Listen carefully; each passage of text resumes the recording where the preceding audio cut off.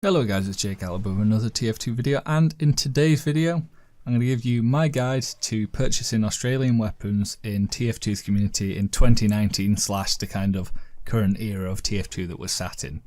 So ever since my stop trading in TF2 video, folk have been a bit confused about my approach to trading in TF2 now, so I thought I'd try and give you guys my kind of approach onto purchasing Australian weapons. I have actually purchased a few over the last couple of months, and some have been, well, stable purchases, and others have been just nightmarishly bad.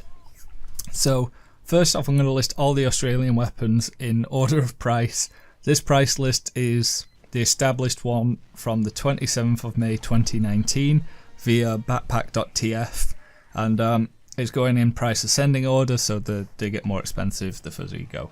So cheapest, well, first is the Blutsaga at 5.2 keys, the Extinguisher at 5.2 keys, so the same price, SMG 6 keys, the Ambassador 8.25, the Force of Nature about 9 keys, Frontier Justice 12 keys, Black Box about 12.15 keys, Sticky Bomb Launcher about 13, Grenade Launcher about 12.7, Tomislav about 14.44, Flamethrower about 16.87, Knife about 18, Minigun about 18.53, Sniper Rifle at 22.99, Scattergun at about 26.15, the Wrench at 32.44, the Islander at 33.67, the Rocket Launcher dead on 32, and the Medigun about 39.5. Oh god, that's tiring. So from this list, it's easy to see that there are very few changes in the order over the last 3 years. The Medigun is most commonly the most expensive. I think it's always been the most expensive, well, at least for the longest period it's been the most expensive. And the Blutsaga is most commonly the cheapest, but sometimes it changes place with the SMG and sometimes the Extinguisher. So the kind of the three cheapest change a lot depending on what's happened and how things are going. So some players will tell you to look out for trends in the market. For example, if Muselk was to make a massive video announcing he was returning to TF2 full time, and yeah, he's gonna start like the whole Friday Fortnite thing, but for TF2. He's gonna do challenges, he's gonna open servers. You know, if someone like that was to come back and do something like that, then I'd consider investing in a couple of Australian rocket launchers, maybe 2 or 3, and seeing if they bump up in price, just because he kind of, not solely him, but he did have an impact on the prices of some items that made up his loadout, his famous soldier loadout. So I'd consider that. Likewise, if Valve announced an upcoming buff to like the SMG, which they won't because it's a stock weapon, or say the Blutsaga is going to get more powerful, then I'd buy some for later trading because they're going to be more expensive.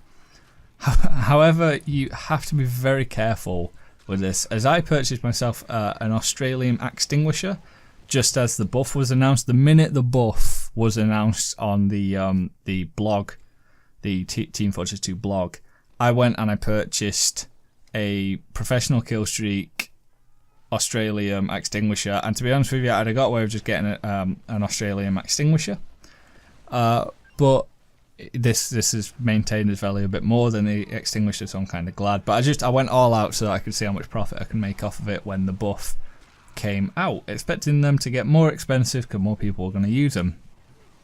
More people use them. However, the price of the Extinguisher has actually gone down a whole key since I bought my professional killstreak one, and yeah, it was a key loss. You know, that's what you're aiming to make on all these items, and I went negative, so technically lost 2 keys from what I would consider a win.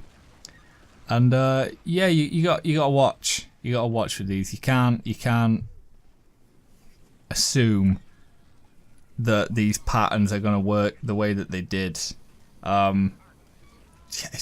one of those things. I guess my main advice would be, if you aim to buy Australians for trade, then the lower price ones are usually a waste of time when it comes to the increase. I did the same with the SMG and the Blutsaga. price is always the same. It'll be a minor profit you'll make on it or a minor loss on it, but it means that there's less risk because there's less loss to be made and there's less profit. So if you were to see like an SMG, a Blutsaga or an Extinguisher on a trade server, because nobody really uses trade servers because like backpack.tf kind of killed that, then, but if you saw one and it was like dirt cheap compared to the actual backpack value of them because it was a quick sell or something, then as long as it's a real one and not like some sort of old duplicate one, then I'd just go for it. I'd get one if it was cheaper than stock price, but in general I wouldn't really waste too much on them. However, if you purchase one of the more expensive ones, you have, if you lose out on the value of them and it goes down in price, then you could be boned. You could lose quite a considerable amount of profit and a lot of money. But likewise, if they go up in value, then you're more likely to make a much bigger profit just because of how expensive the item is in general. But you know, it's a risk reward thing. You have to look at it that way. It depends on how your brain works and how risky you are and how sure of yourself you are. So in general, my overall advice would actually be to maybe avoid purchasing Australians for trade.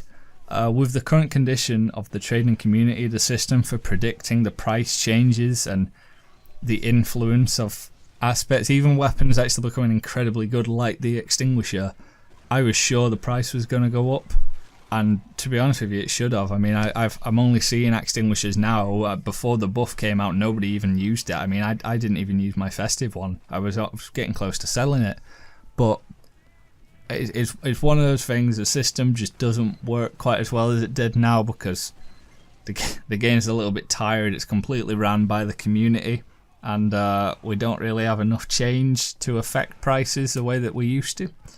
Whereas in the past, things would change all the time, and you'd be like, "Oh, that's worth a ton of money now. That's great. I'll sell it." And you know, the system for prediction prices just don't work as well as it did. So if I was to get into high tier trading again, like I used to when I used to sell my Australians, and I actually started as a bot killer seller. I used to sell all the bot killers. I'd be looking to the unusual cosmetic kind of market, but that's a video for another day. So tell me what you trade in, how you trade, and what your thoughts are on the Australian market in TF2. I've been Jake Caliber, and I'll catch you in next week's video. Adios.